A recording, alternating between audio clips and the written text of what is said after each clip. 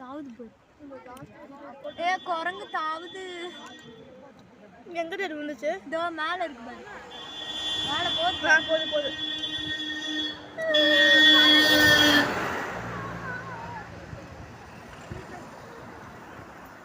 தக்ஷிஷ் பொண்ணு மாதிரியே இருக்குல்ல?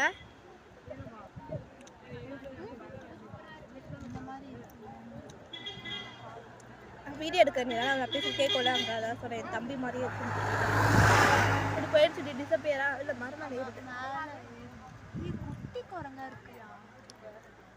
நான் நினைக்கிறேன் அது நம்ம ஏஜுக்கு தான் இருக்கும். ஏய்